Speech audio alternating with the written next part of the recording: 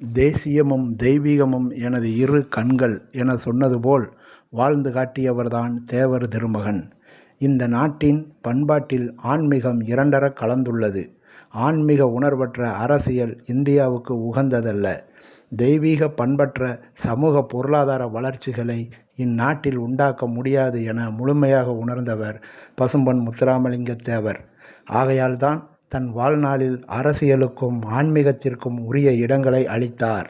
அது மட்டுமன்றி அரசியலில் ஒழுக்கமும் நேர்மையும் வேண்டும், இதை ஆன்மீக உணர்வுதான் தர முடியும் என வலியுறுத்திய இவர் நாட்டுக்காகவும் நாட்டு மக்களுக்காகவும் வாழ்ந்த வாழ்க்கையை வெறும் வார்த்தையால் விவரிக்க முடியாது.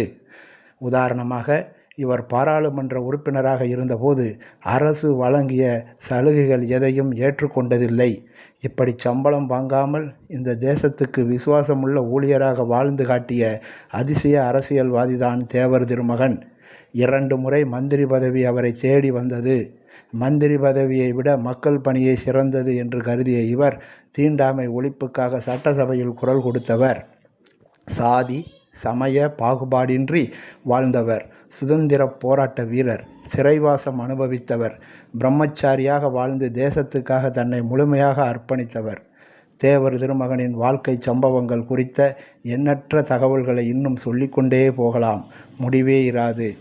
மக்கள் சேவையே மகேசன் சேவை என வாழ்ந்த தேவர் திருமகன் 1963ஆம் ஆண்டு இம்மண்ணுலகை விட்டு பிரிந்த போதிலும் மக்கள் மனதில் நீங்காத இடத்தை பிடித்து வாடா மலராக வாழ்ந்து கொண்டிருக்கிறார் என்றால் அது மிகையாகாது. நன்றி, வணக்கம்.